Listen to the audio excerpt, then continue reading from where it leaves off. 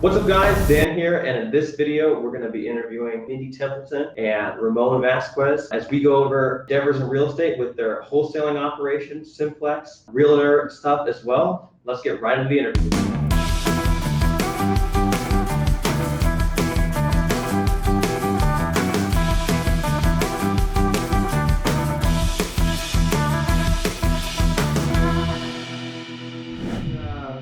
How did you guys get started?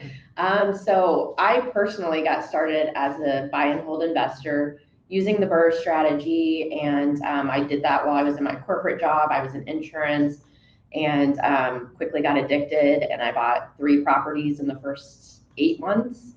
And then within the first couple of years, I'm now at 14 doors. Throughout that journey, I started getting into like flipping and wholesaling accidentally, and so now I have my license, a wholesaling company. I have a team of agents, and yeah, so that's kind of my background. It's all in just a few years. Yeah. That's pretty awesome. Yeah. Great. That's really great. So my journey started 2017, found bigger pockets, and then bought my first rental in 2018. But I bought that conventionally, put down 25%, and then, quickly ran out of funds, figured out that I had to save more money, which I did. And I partnered up with some family and bought a few more units a couple years later. But yeah, like Mindy said, like eventually you figure out you don't have any money or you got to get more creative. Right. And so you start looking at, how can you find deals? And, we truly believe that the best way in this market is typically going direct to seller. And so once you figure out those tools and how to do that, then it gets a lot easier. So I'm myself right now, I'm up to 15 doors. Wow. Mostly multifamily, like duplexes, and 1 short-term rental. That's awesome. Yeah. That's great. How'd you form Simplex? Yeah. Can I say that? Yeah, I think I found Mindy because Yep. Mindy's easy to find. She's all over social media, and so I think we didn't meet in person until last year, right? It was last year, right? It was March actually of this year. Oh shoot, yeah. Yeah. Right. Wow. Yeah. Wow. So I was living in California until last year. My wife's from Kansas City. We were investing in Kansas City, but I physically was at a government job making like 6 figures. On paper, it seemed really cushy and nice, but like inside I was like dying because it was just not me. And so I think I've been following Mindy at that point probably for at least a year, and I just knew like she posted about Kansas City real estate, and that's how I knew a lot of people in KC up to that point was through social media. Right. And so one day, this is actually after we started Simplex, I believe. Omar is a third partner, just for reference, but I reached out to Mindy and I was having this internal struggle. I was, a full-time agent, but I was telling myself I was also running a business, but I really wasn't. I was just doing the full-time agent thing, working with out-of-state investors. Right. And I wanted to meet with Mindy because I wanted to make a switch. And I knew she was at first class real estate, which it seemed like at that time, everybody was moving over there who had a license and was an investor.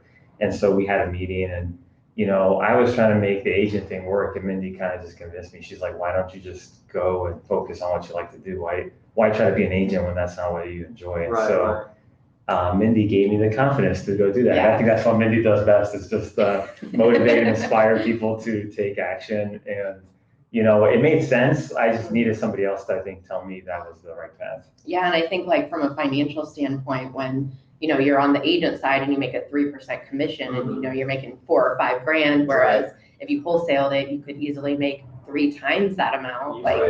And so one of the things that we talked about as we started partnering is I also was wholesaling on my own, and I was doing a poor job because I have my strengths and I have my weaknesses. And Ramon and Omar, I think the 3 of us come together nicely to complement one another. Like we all know our roles in the business, and that was very helpful. And then part of the agent side, it's like, well, we still want to work with our out-of-state investors and retail buyers. And so that's where the Investing in Your Wealth team started.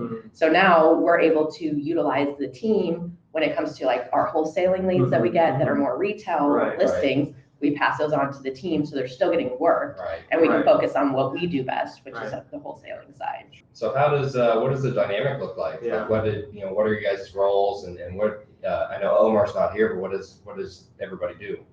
So I'm the closer. Okay. So I go out, I meet with the sellers, I get the pictures, I walk the property, make Okay. the offers to them, and then follow up with them, you know, if we don't get a signature right away or whatever, or along the process as things come up before we get to the closing Right. table. The guys are way more organized than me. They keep me in line. So I'll let you tell what you guys do. So, and that's what, I think that was one of our biggest weaknesses before we met Mindy was, you know, I'm not a salesperson by trade. Right. And so, you know, having her experience with the insurance sales and being able to, and I also think, I don't think it's a secret. We have a female VA. Sellers are way more open to work with women. And so I knew Mindy, you know, with her background and, you know, able to connect with sellers in person would be a huge deal. I still think like closing in person is the best way to do it. Sure. You know, we weren't doing it virtually like before I moved here with Omar because he's in Wichita, so he's not physically here either. But so right now, I pretty much do all the marketing, all the front end stuff, trying to get the appointments set to make sure that Mindy is out there. And, you know, I'll go on appointments too if sometimes we're double booked or whatnot. Right. And then, you know, I help with that transition to the dispo side if we're not going to take it down and we're going to wholesale it. You know, Omar's pretty much handling a lot of that transaction coordinating, dispo. And so he's the one that you'll see our deals being sent out from. And so it kind of merges a little bit because we're not like super, I don't know, like staying in our swim lane. So we all always help each other out. Sure. But that's kind of how we try to, you know, set it up for right now. And then Mindy's also doing, you know, she's helping with the construction side of things. Forget about that. Because we're not like trying to be flippers, but we'll flip every now and then. Yeah. You know, our number one priority, I think, is to build a portfolio and wholesale. Yeah, we also started a holding company. Okay. And our goal is to buy properties using the BRRRR strategy. And we're doing one flip right now just to kind of get the experience and get our feet wet. And we already have an end buyer lined up. It's a pretty cool program that Ramon found. But we also have on our team, we're using a cold caller. Yep. We have a That's true. transactions coordinator. Yep. And then we have a VA who acts like a lead manager. She's been with us for 2 years. She's awesome. Like it's, you know, from the Philippines, it's hard to find somebody who I think can still communicate and doesn't have an accent. Sure. Like sometimes you have to pay a premium and I think it's worth it. We just got lucky with her. Yeah. Like she came pre-trained and then she ended up leaving the company that was kind of the third party, you know, in between us and her. And then we offered her, you know, more and she gets to make more. And to me, it's enjoyable anyway to see the impact you can make on a VA because she's been with us for over 2 years. And, you know, she's like super excited that she can go full time. She was part-time with us at one point. So that to me is exciting. You know, with real estate, there's so many people that make money. And when you can like have somebody in your team, especially overseas, that, you know, for a few $1,000, it's like a big deal to them. You know, I think and having those folks helps us again focus on what we're good at, so we can produce those larger, you know, income producing activities. Right. Yep. So you guys you got a cold caller on your team. You got a transaction coordinator. Okay. And then we have a VA who's a lead manager who also does our SMS texting. Okay. So she started as a cold caller. We transitioned her to SMS, and then we outsourced our cold calling just because it wasn't working very well for us as far as you know, connecting with leads. So yeah, we use REI call center, and so they train, manage all of the cold calling portion of it, and then we just get the leads on the back end. And we send them the list too, which we have them a list. Yeah, we do have the list. Yeah. So yeah, it's, you know, it's kind of like you can definitely do it for cheaper if you go yourself, train your VA, but it's, you know, it's time consuming. Right. You know? And it got challenging with some of the, you know, rules they're changing with cold calling. And like stuff wasn't connecting, like our response rate was super low. So sometimes it's just easier to outsource it to somebody who stays on top of those. Yeah, they know everything. Yeah, exactly. So really the only thing we kind of have to stay on top of is the SMS stuff, which that's been working pretty well for us. I think we actually stopped it a year and a half ago because all that, you know, compliance stuff came out and everybody got scared, and we were one of them. And I kind of regret it because I think you still reach a lot of people through SMS, but it all works. It's really about consistency. And to me, it's a numbers game. I can't even sit here and tell you that one list works awesome. They all work. It's really about like how many people you're talking to. And, you know, like last month we had our highest month. We had 8 contracts that we closed. And, but we had to analyze like over 300 and I think 50 leads. So it's, Really? you know, a lot of people will get like 3 or 4 leads and they're like, man, how come I'm not getting any deals? Like to me, it's the numbers game. Like people aren't ready today. The people that are ready may be too high. And so you kind of have to just go down that pipeline and, you know, push These out are a like deal. 350, like, hey, I'm interested in selling people. People that we've had conversations with, Uh-huh. and they may have been a cold lead, right? Like we'll still try to qualify them because sometimes they'll say, you know, we're not super interested today, but then stuff changes really quickly. Right. But yeah, so we just call it a lead as anybody who's willing to sell Yes, in the next and 6 months. follow-up is important. We have like Oh, man. a rule, like we're following up with you until we die or you die. And if you die, we're calling your kids. Yeah, Exactly. Yeah, we use, yeah, we'd be lost probably without our CRM. Like without that, you know, it was something that we didn't prioritize when like Omar and I first started the business. And then we kind of got serious about systems because we realized that once you start scaling, once you start doing a lot of leads, it's like so easy to get lost. And I mean, when we got together as a partnership, I was using Asana, right. And it's not really meant to be a CRM. But it was great for me starting out, you know, small potatoes. But now that we're running this as a business, we use Artie Simply. Yeah. And that definitely, I think, helps keep us organized. Yeah. So, you know, I think like you guys have a 3-way partnership with your partner, and I think that's an interesting concept, you know, in real estate. There's a lot of partnerships, it seems, you know, like a lot of investors and even us, you know, we're partners, but, you know, you got to be, you know, definitely careful when choosing a partnership. And, you know, so how did you guys go, you and Omar, like how did you guys go about, you know, forming that relationship and vetting each other out? What were your thoughts when doing that? Well, that was actually when we first partnered. You remember me saying, I was like, tripods usually don't work. You did, yeah. I did, because I have a teenage daughter, and like I remember I was like, I've seen tripods. There's always like someone's gonna feel off, but like I said, I think the fact we all complement each other so nicely, like that was important for me. Like I know what Ramon's good at, I know what I'm good at, and I've only met Omar in person, I think twice. Right, yeah. So that was, I felt like I was in the middle because I knew Omar previously, and then I met Mindy in person. Right. And so, and it didn't take a lot of convincing. I think Omar saw the value that Mindy would bring. I mean, you know, all the success she had before she met us. So it's not like she was trying to like ride our coattails by any means. We actually thought that, because originally I proposed, Mindy was like, hey, why don't you help me with the wholesaling stuff since you're going to be leaving, you know, that full time. And I was like, sure, like, if I can help you make money, I can make money, like whatever. And so eventually I was like, wait, why are we doing 2 separate things? And then we kind of said like, let's make it official, make it one business. You know, I just need to get Omar on board. And so that didn't take too long. It actually went quicker than I expected. But I think once we decided like what each of our roles were going to be, knowing that, you know, 3 partners is probably unusual. I think typically it's just 2. But to be honest, I think of it 2 ways. You can either hire somebody and then there's a lot more growing pains, or you can bring in somebody as a partner. And to me, I think it was, I don't know, I'm not the greedy type to be like, you know, I want 50% of the company, like let me keep it all to myself or whatever. I thought Mindy, you know, was definitely worth the value that she brings. And, you know, just with your reach on social media, that's another thing that I personally, and not something we do today, but I know there's people doing business with just 100% referral, you know, and outreach. And so that's something that I knew we could leverage with Mindy because she has way bigger following than Omar and I. So to me, it was a no-brainer, you know, when you add everything up together. And, you know, that's what we talked about, like the private money side of things. You know, Mindy would be perfect for that because she has that outreach and she's more vocal about it. People know and like and trust you, you know, way quicker than they would me, where I don't really post a ton of stuff on social media. No, it definitely like helps you a lot. Like you know, I've had conversations, I've got leads from other people, like for investors and stuff, and I'll like call them up, never talked to this person in my life. It's like, oh yeah, I know about you. Right. You know, like they've already instant credibility. They've seen you before. Oh, I've literally been in a random bar in Nashville and had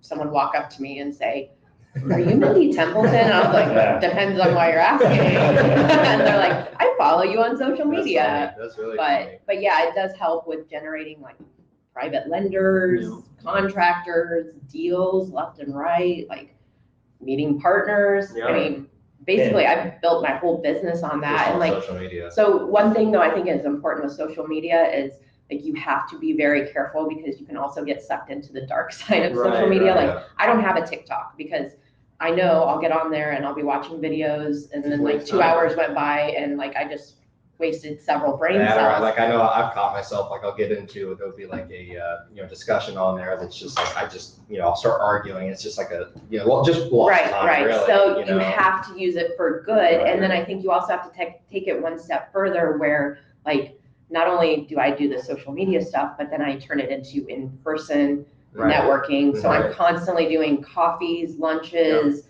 happy hours, networking events. And that way, like you're out there. So they see you on social media, they see you in real life. And so that just helps. Like you said, for trust and credibility. So when someone has a deal or has funding that they want to provide, they're going to think about us. Say, hey, I've seen Mindy. Right. I know Mindy's face. Mm-hmm. No, and that's, honestly, your event's been a big inspiration for us putting on an event. Yay. We're like, shoot, if she can do it, we might as well put on an event. Why not? Like there's no, people are always looking for more places to go and meet people. There's never any shortage of networking. Yes. So, no, that's really, really cool. So what do you guys have going on right now? And what's the goal for 2023? You're probably the goals guy. Yeah. I'm not a numbers gal, Yeah. so. So like we haven't, I don't think we formally like as a group have set goals for 23 yet, but I think one of the benchmarks, which again, Do you have like an end of year goal or like end something? of year goal, Something in mind, like is there a milestone that you guys are looking at, like, hey, I want to get there? Is there, and I guess what's stopping you from getting there? Yeah, so that's a great question. We do have an end of year goal. We had a goal when we first set it. It's actually not an end of year. It was like our first year partnership goal. I don't know that I know that off the top of my head. I don't have it off the top of my head. Yeah, So but a lot of living it's has close happened, to, so. I think it is close to, $500,000 of revenue. Yeah. And so, our marketing goes up, but we're still trying to keep that lean. We are doing more outreach, so that does cost more money. We're still trying to get those highly motivated leads with folks who call us and not the other way around, because that's typically how we get most of our deals. But I think like everybody always wants to hit that like $1 million revenue or maybe like 100 deals a year. I'm personally more about the revenue and less about the deals, just because there's more work. Right. But yeah, one of our big goals is actually like increasing our assignment fees, because we're not those wholesalers that are making like 30K on every deal. Like we do more volume than we do just giant spreads, which is good and bad. I think it works for everyone. For us, it's more about reps right now than it is about, the minimum assignment fee. Yeah, and I think that's where I bring a skill set to the table of my negotiations. I enjoy doing that, and not everyone does, but like, we talk about skinny deals need love too, but we would like to get, so it's just about starting to figure out what's working, what's not, when you need to, maybe back down and take the skinny deal. So we do have the volume. So I think we have a good mix of both, but on every deal, it's like, can we get another 1,000 here? Can we get another 500 even? Like every little bit counts towards our bigger goal. And like, I think on the goals part, you also talk about like how many offers and appointments and all that we have to do. Yeah, I'm more bigger on like, looking at our KPIs on the front end, because everything comes back from that. And so our goal for our company is to still try to hit 60 offers a month consistently. Sure. We're right around like 30 to 45 typically. Which is amazing, since we officially partnered, in July? Yeah. Right. It's like a fairly new. Very new. Right. So, and again, like we're starting to get more aggressive with MLS stuff too, because I think there's more opportunity there. Sure. I would agree. We're in a new market, right? Right. We just started doing outreach in Indianapolis. Oh, really? We're doing, Why Indianapolis? So a lot of the buyers who work here, like a lot of the more institutional buyers and some of the smaller buyers, they will buy in Indianapolis too. Really? And then we have a lot of folks in our network that are already in Indianapolis, and the markets are very similar. And so we figured it's an easy stepping stone. I know Omar was very big on like, let's go for a higher end market because the fees are bigger. But I do think there's a bigger learning curve. And now with the market changing a little bit, like days on market are significantly different on the West Coast and like Arizona than they are in Indy, which actually, I was talking with some agents yesterday. Indy seems to be even like still more hot than Kansas City as far as they have lower days on market. And the median home price is about the same as like 10 or 15,000 K lower. So for us, it's like we're just trying to find synergies right now. Also, how to get more deals, spending less money, because deals are sweeter when you have zero ad spend. I think. Right, and So, for sure. that's one thing we haven't talked about that we also do, and I think we're great at, and a lot of it's the social media networking, but we do a lot of JV deals Okay. with other wholesalers. Okay. So, you know, if someone finds a deal, brings it, we do a 50-50 split if we bring the end buyer. Yeah. So that's something we're doing a lot of. Yeah, and we have people that are out of state, like, and they just don't have boots on the ground, and so they will reach out and be like, hey, heard you guys are doing deals, can you help us move a deal? And some of those turn into like exclusives where we only disco their deals, and some of them it's just like one or two, you know, either way we're happy to help. I think in this market, nobody should be saying like, oh, I don't need your help to find a buyer, because I feel like buyers It's definitely starting to get more difficult. Yeah. We've had, we just bought a house, we're getting ready to go under contract on one that the wholesaler sent out, and it was on market for, well, I guess they had sent it out for a few weeks, and then finally, I think they were at like 100, they couldn't sell it, and they ended up switching to seller finance. I mean, it just kind of goes to show that, you know, people are starting to really draw back a lot. Yeah, we've done seller finance deals off of our leads too. We both have bought seller finance duplexes. That's a whole another topic for another day, but pros and cons. Yes, 5% rate, $5,000 down, pretty nice.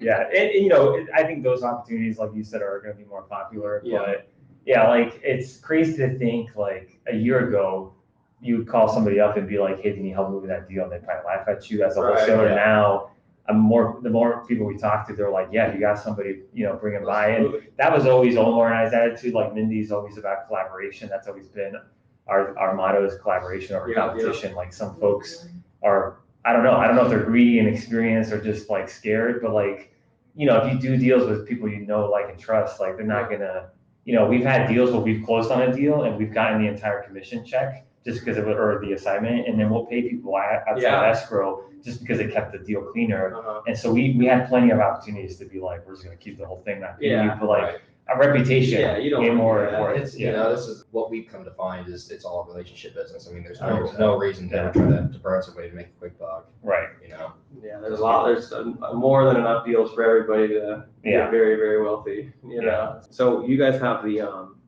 wholesale business, which is primarily wholesaling. Right? Yeah. So like, but how do you guys work with that, and then having these like your realtor business?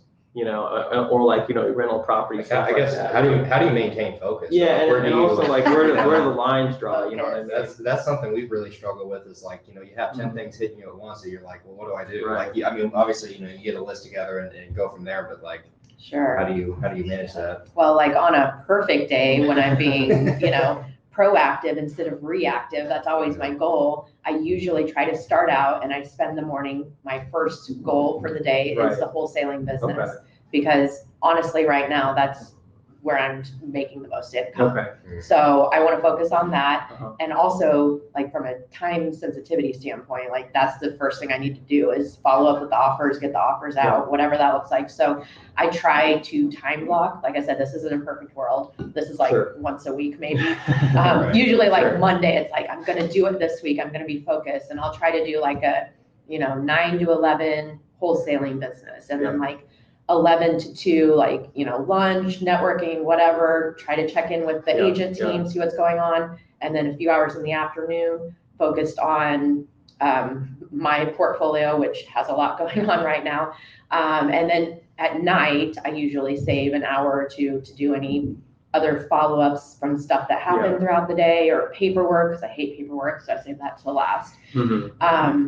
But yeah, honestly, like I said, usually it's like Monday, Tuesday usually start out like that. And then by like Wednesday, Thursday, it's just like, okay, we're going to do whatever I need to do today to make things work. And like, even I was telling Ramon and Omar, like for me, when I'm driving, because I go out to all of the appointments in person, like I need to get a Tesla is what I need to do so that I can work when I'm driving. But for now, what I do is I legit, like I spend a lot of time in the Quick Trip parking lot, like checking my emails, because it's like, even the 20 minutes of me driving from one appointment to the next, I'll have 50 notifications when I stop. And it's just like, It's a lot. I've gotten to a point where I've had to get comfortable with, sometimes I don't respond anymore. Like, I used to think I had to respond to everyone and everything right away. And now I'm like, no, I can look and I quickly know, again, focus wise, it's what is going to produce the highest relationship value or income. And those are the things that are going to take priority over anything else. And then of course I have kids too. So I have to like, you know, occasionally run the kids around and manage that. But I mean, I struggle with it, being honest. Sure. Yeah. Well, Mindy's my hero, so like she's got a ton going on, and I think for me, it's like I'm way more efficient when I'm doing the same activity without interruption, and you know the phone's terrible at doing that. But I'm like with Mindy, like I have a bad problem where like if I hear an alert and it's something I can quickly answer, I'll do it, but it takes you away. And so for me, like I'm always about like do what gives you energy, not what takes it away. And so for me, like seller appointments take that away from me. Like I like meeting them. I love them. Like, I like meeting sellers. One, I'm also just like I'm always on the seller side, which is obviously bad in our business. I'm always like, well, can we make this deal work? And then Mindy's like, well, no, like we need to make more than that on it. I was like, you're absolutely right, because you know you can be as friendly as you want and make 3 or 4K on every deal, and you put yourself out of business. And so that's the hard part for me, because I'm just like sometimes I still in the back of my mind, I'm like, are we being greedy as investors? Like, could we get this deal done for less? But there's so much risk in what we do that you just have to build in those margins. Yeah, you do. But back to like what gives you energy. Like for me, I'm more introverted, right? Like Mindy's obviously more outgoing. I like to be behind the computer, analyzing the deals, you know, making some follow-up calls. Like to me, a call is very easy. I can transition from one to the next very quickly. But like driving, like that takes a lot of energy because you're going from and to appointments. So like personally, I try to make all my appointments in the afternoon. I try to get Mindy's appointments in the afternoon. I don't know if you prefer that or not, but like that's what I tell our VAs, like try to set everything in the afternoon. It's just that way you can just do the same activity at a time. But it is hard to focus. I think for me, when I was doing the agent stuff full time, like it's just hard to pretend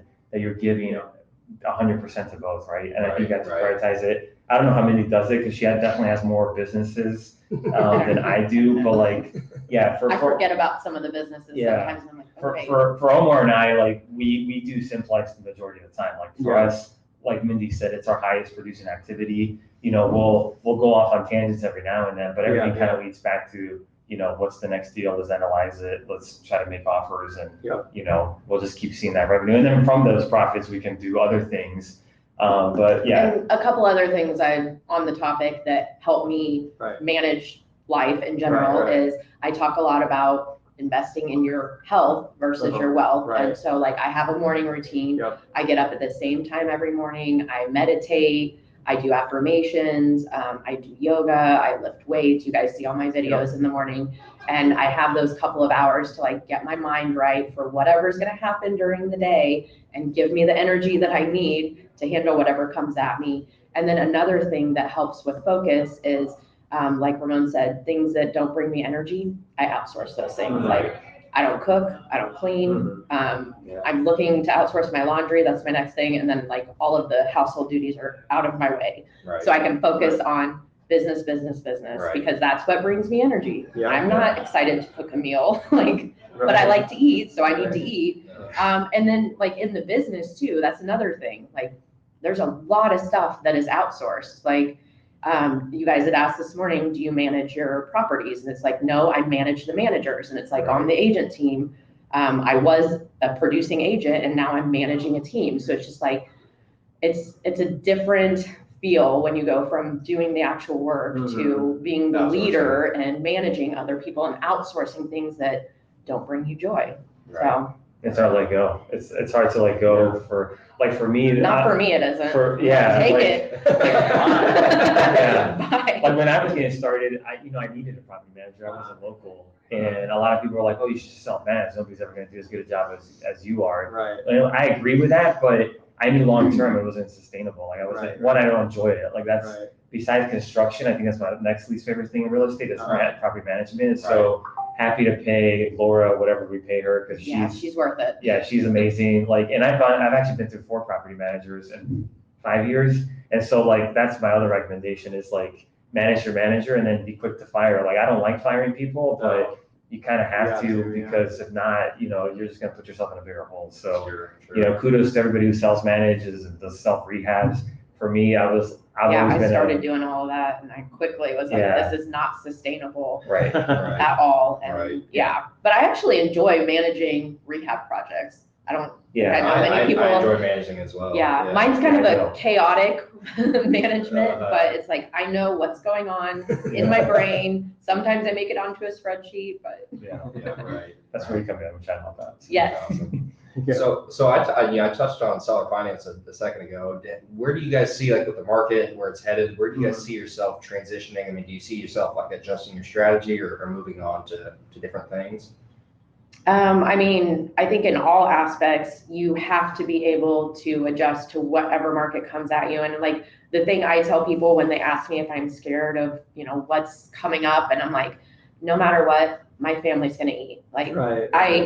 I think when you mentioned focus, like since we are doing so many things, people look at that as a bad thing, but I look at that as a good thing because it's like, no matter what goes on in the market, like I have my buy and hold properties. I have the skill set to buy properties off market and rehab them. Mhm. Like I have my agent, I have my license, I have my agent team, I have the wholesaling business. So it's like, no matter if it's a buyer's market or a seller's market, my family's gonna eat. So you just have to be ready to adjust. And like, one of the cool things I think, like in my agent business, for example, last year when it was wild and things were going for 20 or 30,000 over asking, skipping inspections, all of that stuff, Right. like I was working with buyers during all of that and I was getting all of my deals under contract. And it's like, I was ready, for where we're at now. Like Right. I was doing this in the hardest market for buyers and still being a successful agent. Sure. Same with wholesaling. Like Yeah. I legit stumbled onto wholesaling because I had so many people in my network bringing me deals. And I think when you're focused on obviously the relationship side of things, Yeah. like no matter what's going in the market, there's going to be a need for real estate in some Somewhere, capacity and a way for everyone to make money and be happy and be able to invest. So I personally, like right now, we're really focused on the wholesaling. I was like, we don't want to be flippers. I don't think the market is right for that. Sure. I know there's still people doing it, but You just have to be very good at it. correct. And we're Yeah. not, because that's not our focus. Right. Mhm. But I would say probably in the next 3 to 4 months, my goal is for us to really start holding properties. Yeah. Because it's the right time Right. to get them. Right. Like, There's more opportunity, seller finance subject too. Like if you can get those deals, Yes. they make a lot of sense now with interest Right. rates. Uh-huh. But I'm sure you guys have seen it. Like the conversations are a lot easier with sellers now. Yes. Like They there's are. They a are. lot of them are not crazy anymore. They're not take it or leave it. That's my price, and they're like 10% over Zillow.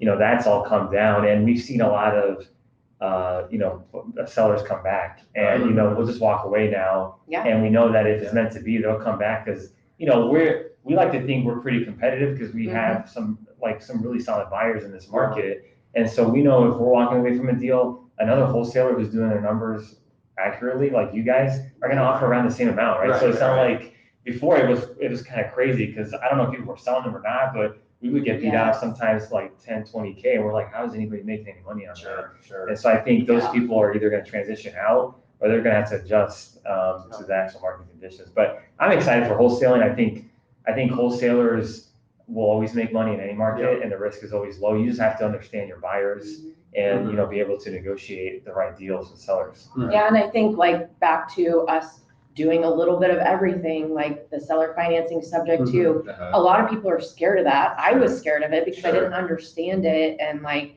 it's hard to get a seller on board with doing it when you don't understand it yourself as the buyer Right, or right. the Trying to overcome all wholesaler. those objections. Yeah, and it's like we've done those deals. We know Yeah. how to coordinate it and make people feel comfortable and trust us that, hey, we're professionals. Right. Yeah. This is Right. legit. You Yeah, can do sure. it. Yeah. So Build credibility, right? Like Yeah. I think that those duplexes we bought on seller financing, it helped a lot that we're like, hey, we have a portfolio. Correct. And like we're not just going to default on this one because it's our only property. Sure. So it is tough if you're getting started. I think they still exist. You have to be creative, and I think the opportunities are there on and off market. Especially if you find a buyer who doesn't really have any pain, they just don't want to do capital gains, that's a perfect scenario for seller financing. But, you know, it does take a lot. Like we've done, I don't know, like this year we're on pace to do 40 some deals, I think. And we've only closed 2 seller finance. So, you know, to just strictly focus on that, I think it is tough, but those opportunities are out there when you're out there making offers. You just gotta have it in your tool belt. Right. You know, just have the ability to do it. Understand it. And so how are you guys like, and I'll speak for us, like, how are you guys proposing, like, or positioning acquisitions? Like when you talk to a seller and you present an offer, like, do you guys give them just one offer and then wait for them to come back and say no? Or like, I know like for us personally, you know, we'll give people multiple options and try to figure out what's best for that seller. Yeah. But like, how do you guys go about that? So usually it is just the one cash offer, but it depends on the deal. Like every deal is going to look different. You know, if we notice flags that are indicators like, hey, this is a seller financed opportunity, then of course we're going to be like, okay, here's a cash offer, here's this offer. And then we just did one a couple days ago where I was like, here's your cash offer and here's your financed offer. Because we had 2 buyers and we're able to present multiple offers. Another thing that I do on the appointments is if it's something that could go on the MLS, I'll explain their options there as well. Like we can list this for you and this is what it would look like, or we can buy it cash, but the majority of our offers are going to be the cash offers. I think we try to keep it simple because I think it sometimes overcomplicates and gets people confused if you offer too much. I know plenty of people though that do both, and I think Mindy's really good at figuring out, and we can kind of tell for some of the pre-qualifying, like, this is even a seller finance opportunity. I think we pivot to that or subject to if there's not enough equity. And so most of the people we target have plenty of equity. And then it becomes like, okay, does it make sense for your financial situation? The 2 that we bought. Oh yeah, I love this. I love this story. So we go in to meet with the seller and we had them under contract and we were already establishing bank financing on properties. And we actually went in because I like to negotiate and I was trying to get a lower cash offer amount to the seller. And he was an insurance agent. And so I had that rapport with him. So we went in and then we were also getting lease information from him. But while we were there, I started noticing him saying things and then like, when we pulled up, I think he had his Corvette or whatever outside. And I was like, so I made a comment. I was like, so with the proceeds from this, are you going to buy your wife another Corvette?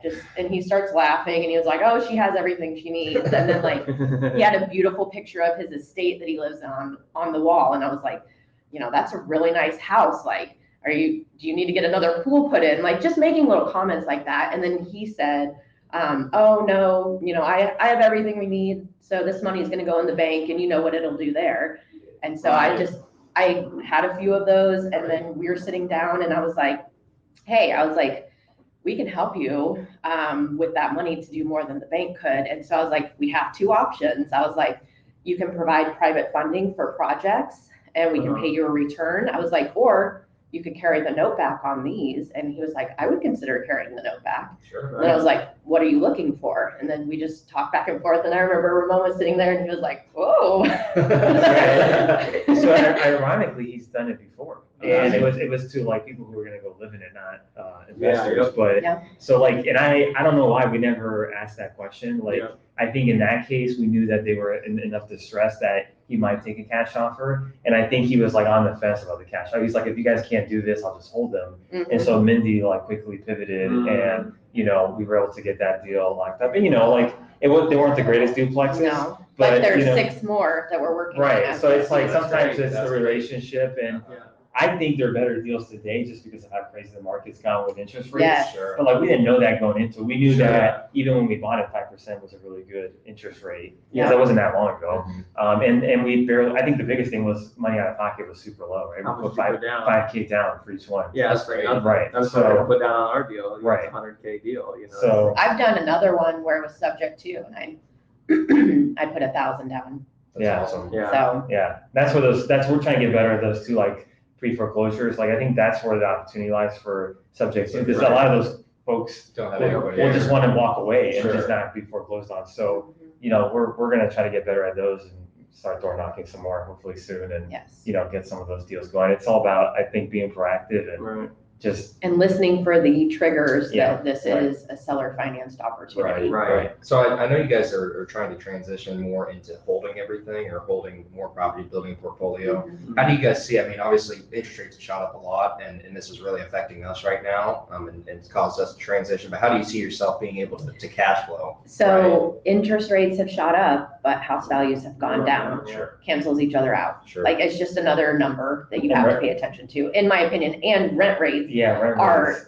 just helping. through the roof, but you also have to consider like that might not continue, Sure. you know, or that could even drop. So you Right. still have to be conservative, I think, with your rent rates. But like I said, even like on the agent side, that's a conversation I have all day with my out-of-state investors. It's like, yes, rates are higher, but again, if the Values are numbers lower. still work Yeah. and you're getting the property for lower and you're getting seller paid closing costs or whatever now, like it is what it is, Right. you know? Right. And buy good assets in like quality areas. I think Yes. that's something that I didn't put enough emphasis on. I think when I was getting started, I think I accidentally bought something in a Class A area and it worked out. Like, you know, but I wasn't like, I need to buy in Class A because the risk is lower. Yeah. I just knew that area better. Right. And so I think a lot of folks, especially out of state folks, I saw that a lot as an agent, they'll see this crazy return like They don't in understand. the urban core where you're just like, dude, that tenant's gonna destroy that property. in 2 Yeah, months. and so one thing I do with my personal portfolio is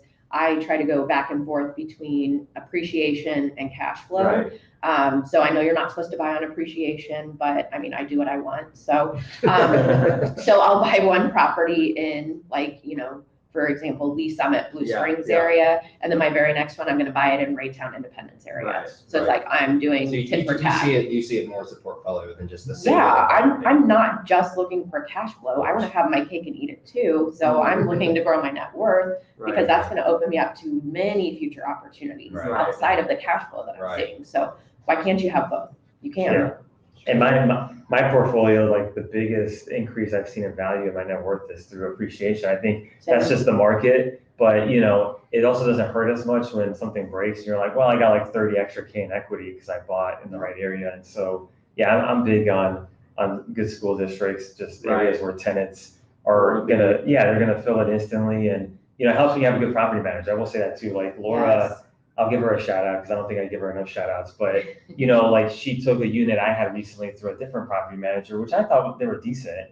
And she got, you know, $300 higher and didn't do anything. And so sometimes it's like those connections mean a lot. I think that's the value, you know, an agent brings if you're out of state. Yep. And so, you know, and sometimes we'll make a recommendation and somebody could be good today and they're not good in like 3 or 4 years. I think that's what happened with one of my property managers. It just got too big. Yeah. And so, you know, you just gotta always like keep on top of the managers and hopefully, you know, you find the good ones and you can, you know, use them long term. That's always the goal. Yeah, I had Laura take one of mine. I actually had to go through an eviction, but I'm glad we had to evict them because we went from $1,000 of not paying the rent for several months Right. to now I'm getting $1,500 a month on that same property. great. So a $500 increase. Yeah. It's insane to me. And one other thing I'll say about the rates topic is you also can explore other strategies outside of long-term rentals to make the numbers work. Like we talked about, I'm setting up one of my long-terms as a midterm rental right now. That's to help offset future acquisitions that I might have. Because, you know, now I'm making $700 more per month on one of my other properties. So I can take a little bit less cash flow on this one for now until things change. Sure. So I think there's other strategies that people can explore. You just have to get outside of the box. Like if the numbers aren't working here, how can you make the numbers work? Where do you need to adjust? Do you need to offer lower? Do you need to, like, I also have my Airbnb. I rent out a workshop in the back separately to an auto detailer. Gotcha. And that covers my mortgage. So it's like, there's always things to look for. Yeah. So if I ever find anything with a workshop in the back, Laura was like, buy those. She said she'd never had so many applicants for a property. So, wow. So anyways, that's a tip for everyone. So if you find something with a detached workshop garage, get creative. Like that's another opportunity to cash flow. I have another property.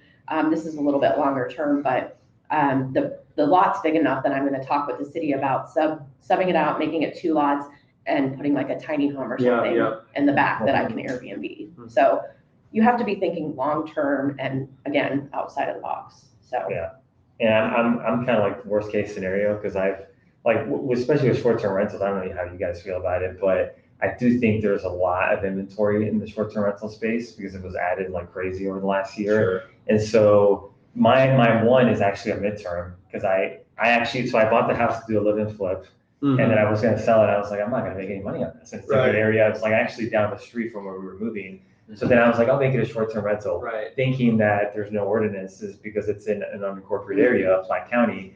And they're like, no, you can't. And so I had to turn it to a midterm, which actually ends up working out better because it allows, my wife wants to be more involved in that one because it's down the street. And so it's way more manageable to do the midterm strategy. But it's like Mindy said, it's having multiple exit strategies because what if even that was bad for whatever reason? I mean, it's unlikely. You got to make sure that you have another exit. Right. Sure. I know people doing rent by the room too. Right. Yeah. There's so many ways to get creative Right. I do to a get your couple cash of flow those up. also Yeah. too, Nice. Yeah. But explain for the viewers, like, what is a midterm rental? How So- are you getting? How is that different from a short term, and how are you getting around like the licensing and things like that and stuff? So as I mentioned, I do what I want. I do have a short-term rental, and I have not gotten it permitted yet. I'm totally going to do that. I don't recommend that. Get your permits. But anyways, so short-term rental is 0 to 30 days. Okay. Midterm is 30 days up to 1 year. So your short terms, that's for your traveling families, coming to visit people, or maybe their kid has a soccer tournament or whatever, or they're coming to watch a Chiefs game. Yeah. Mine's right by the stadium, so that's where I get all of my people that stay. Yeah. And then midterm is more for like traveling professionals. So, someone who is a traveling nurse, or, they got a temporary assignment for work and they're going to be in town for 4 months, or they're building a house and they need somewhere to stay temporarily. Right. So that takes you up to your 1 year, and then that's where your long-term kicks in. And for our long-terms, we're usually doing, I think Laura's doing 18-month leases with me now. Oh, great. She had a 2-year lease for me, which I don't know. Like I've heard There's people, pros and cons. Yeah, for like sure, but we've met plenty of landlords who only do month to month now because of COVID. They got scared and they weren't able to kick people out. Right. And so I think it depends on your tenant, right? Like if you're not in a great area, month to month probably makes sense. But like I think longer term leases are preferred. And we do, like, most of the folks who stayed in my midterm are people actually moving in their houses built. Okay. And they were just wanted a few months. Or like we have some athletes that stay there. So it's kind of it's a hit and miss. I will say, like, at least a year ago, people's numbers were like crazy on what revenue projections were. So I think be I don't know, more Conservative. more conservative, more analytical on where you're getting your numbers from, because I don't think that those returns are going to continue. I don't know if you guys Right. disagree or agree. agree. I think I've heard something like 20% increase in short-term rental inventory over the last year. I was like, well, and then now there's like a pending recession. People are not having as much money to spend. Less discretionary income. midterms, Right. I feel like those are a great middle ground different- between the two. And so my friend Sarah Weaver that talks about midterms, and she's really big about it, she said that like you can expect 2.5 times revenue what you would get for a long-term rental. In So gross incomes or? correct. Yeah. So, and one of the things I mentioned, I'm making my midterm. It hasn't even, like, we don't even have furniture in it right now. There's not even a kitchen, but we already have someone signed up for 3 months to stay there before it's even ready for them, Right. which is awesome. And we're doing kind of a mixed strategy where Ashley on my team, who's going to help manage it for me, she's going to do short-term and midterm. Right. So if there's any gaps in between my midterm clients, we'll put it on Airbnb to cover those, 2 or 3 days, so we can avoid any vacancy. Correct. Yeah, for sure. And these are furnished, right? Correct. Yeah. Yeah. Okay. You spend less money, right, when you furnish a midterm, because you don't have to go super high end. So like what I spent to furnish my short-term rental that became a midterm Yes. is probably overkill, because my competition, which is probably good for me because now mine looks really good as among the rest of the furnished midterms. But that's another thing, because I think people also underestimate how much it costs to furnish a short-term rental. We do have to have that upfront money So, to invest. I think a lot of people just miss out on the furnishings, the Yeah. cost of utilities, Wi-Fi, all this stuff that they're like, you can make 3x gross. Yeah, Like, nobody. Oh my gosh, Nobody that posts annoys that. me so bad when I see that on Instagram. They're Yeah. like, we I always, made $5 million. I'm like, yeah, but what were your expenses? exactly. Like, We always joke about people pimping the gross. Isn't that gross? They do that for Yeah. sure. Yeah. I'm the opposite. I'm like, y'all, I spent a lot of money last month. I made a few hundred though. That's cool. No, it's good. One last thing, I guess, with you guys being like you're moving into like Indiana, right, as a market to explore, like why deviate from Kansas City? Like why even move? Or why even like open up a new market? Like you feel like you tap this market out, or like what is what's the modus operandi there? No, I don't think. I think there's so many deals, like you guys said. Yeah. Like I think it's about diversifying, having more opportunities. I don't. Do you guys plan to hold there? No, I don't think so. Not Yeah. at this time. I like Kansas City for Yeah. holding, and I They're very think, similar. So, but I think a lot for us of what's driving us to that market specifically is our buyers. Okay. Like we're focused on that's where they are as well. So Yeah. we should provide a product there for them. We Yeah. already have our Right. buyers. They're asking for Right. product. Let's get Right. it to them. yeah, and we're not actually going super deep like we are here with paid advertising and stuff like Okay. that. We're going to try to do kind of like what they teach in Astro Flipping. It's like the free methods of lead generation. Mhm. And I do think, like I said, there's going to be way more opportunity on MLS. So it's like, you get familiar with another market doesn't hurt. There's plenty of investors I'm sure your team works with that there are multiple markets and they're just looking at, they buy in Kansas City for cash flow, they buy in California for appreciation, whatever. I don't know that people are still buying for appreciation, but it's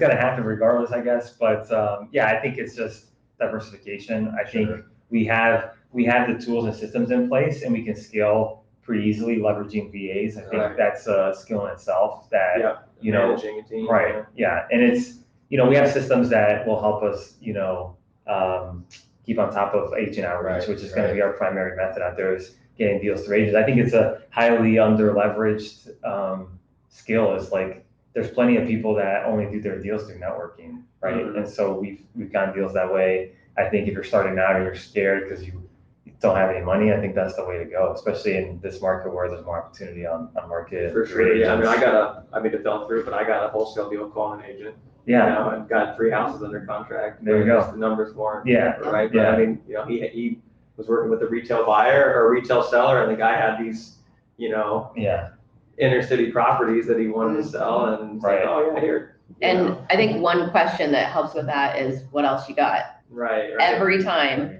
there's more. Yeah. Like every time. Yeah. Always ask, what else you got? Yeah. People, for some whatever reason, like you'll talk to people, they like won't tell you You like gotta the ask. other things going on until you like ask them. They're like, oh yeah, well, Well, our seller finance duplexes, we didn't even get a lead for those from our cold caller. It was a different proproperty. Oh, true. Yeah. So we haven't even gotten that property under Yeah. contract yet. Right. But through the conversations, we found Yeah. out he has this whole other, Yeah. 12 doors or whatever. Uh-huh. And we always try to push our feelers out there. Like I got a call from, I told my tenants, I said, hey, talk to the neighbors, I told my contractors, like if they want to sell, we're looking to buy. And I got a call from a neighbor, so it's, I think, what you kind of going off what you guys are saying, put those feelers out there, let everybody know that you're buying. Well, I got a lead at the nail salon the other day. Get my nails That's done. the first. Yeah. There's some lady It's a sitting business expense. 4 chairs down, and I heard her talking to her mom about her divorce and how she needed to get an offer on this old rental property, and I was like, get off of me. I was like, excuse me. Did I hear you need an offer on an off-market property? I can help. Yeah, like tell them you were down in Cozumel or. Oh yeah, I got this lead. So I was in Playa del Carmen or right by Cancun, and we went to Cozumel, and I was sitting at the bar and I was talking to this guy. He was a stockbroker or something like that.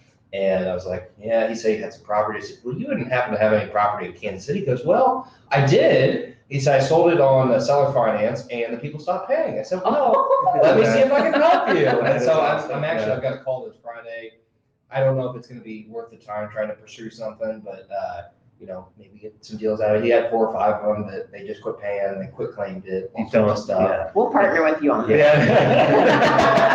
That's what I heard. Yeah. You don't know if you don't ask, right? I told you. I always ask. You'd be amazed how small the world really is. Yeah. You go anywhere. I mean, I'm always trying to put the feelers out there to see if somebody. We had another situation where we were in Florida. They had a marketing event. We're sitting in an Uber and we're talking to the gal. And she's, which I don't know if anything's going to come out of this, but she's going through foreclosure, getting ready to. Her house is getting auctioned off, and we're like, well, how can we help? And she's like, well, I don't have any equity, and my daughter's an agent. I don't think we're gonna be able to do anything with it. We're just gonna lose the house. I said, well, let's talk. Let's try to figure something out. We can help. Yeah. You know, try not to ruin your credit and maybe have, you know, you can walk away with some cash instead of no cash. And I love you telling that because I think a lot of times people look at wholesalers as like, it's kind of looked down upon, you know, like we're out trying to rip people off. And it's like those types of situations, we really are helping people. And like, I had to wrap my brain around that when I first got started too. It's like, we are offering a service, we're helping people that need our services. And we're feeding the real estate ecosystem. Like, it doesn't work without us. People look down on it so much, and like I try to, like, even agents don't, they're so against it. But like what I try to tell people, I'm like, you're doing the same thing. You're taking a fee to help them sell their house. A wholesaler is taking a fee to help somebody sell their house. So you know, it's the same thing. Like this gentleman that called us last week, you know, like he's like, hey, I need to sell my house fast. Like I need this money like next week, and he's got his house listed, you know, and I'm like, he's like, I'm like, well, dude, I don't know, we can only pay, you know, so much for this thing. He's like, you know, and we're like, well, I mean, like you and he's like, oh, I have all these options. Like, why haven't you taken them? Yeah, like go do it. Like, I literally tell people, I'm like, oh, you should go sign that right now. Like I wouldn't even waste your time anymore. We'll get off the phone. You take that offer. We're trying to make really full transparency with people. Like if they have better opportunities, we're not gonna. I mean, we know what we can provide and we know what we can offer, but like we don't want to have somebody tied up with us if we don't think we're gonna close or. And that's exactly right. Like that's where the bad rep comes in from folks who are like putting people on their contract and canceling day 29. Like that's not how we do business. We have a lot of kids call us up and they're like, hey, I've got this deal and how, you know, I've got it under contract. We're like, you got that under contract? Like, so, and back to the MLS thing, like we have plenty of leads that come in, they're listed on market. And so to say that, you know, a wholesaler is not providing value when a seller's wanting to talk to somebody because their agent kind of let them down, or maybe they misled them or whatever. So to me, I think it's an education thing. I think more agents are coming around to it because they understand the value that's there. Right now, when I do a lot of agent outreach in Indianapolis, the amount of agents I talk to that say like, oh, I can bring you other deals from other wholesalers. Like I'm excited. I'm like, look, this person is trying to hustle, get deals off market, and they understand the value because inventory is low, right? Or it was low anyway. We'd love to pay assignment fees. Right. Where can people find you? So I'm all over the place. You can find me at pretty much any networking event in Kansas City. I'm including my own, but on social media, you're most likely to find me on Instagram, and my handle is investing in your wealth.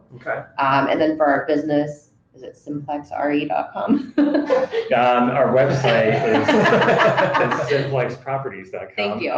But and we have a social media page for that company. I'm at Ramon Vasquez _REI, not as creative as Mindy's when she started her empire a few years ago. But that's probably the best way to reach us. And like I said, we get DMs all the time. Folks asking us to like, how can we, you know, partner up? Like send us deals. We'll help look at them, analyze them. And we help for free too. Like even if you're not going to go with us, you just need, you know, it's your first wholesale deal and you want to figure out end buyer on your own, like title companies. We give advice all day. So.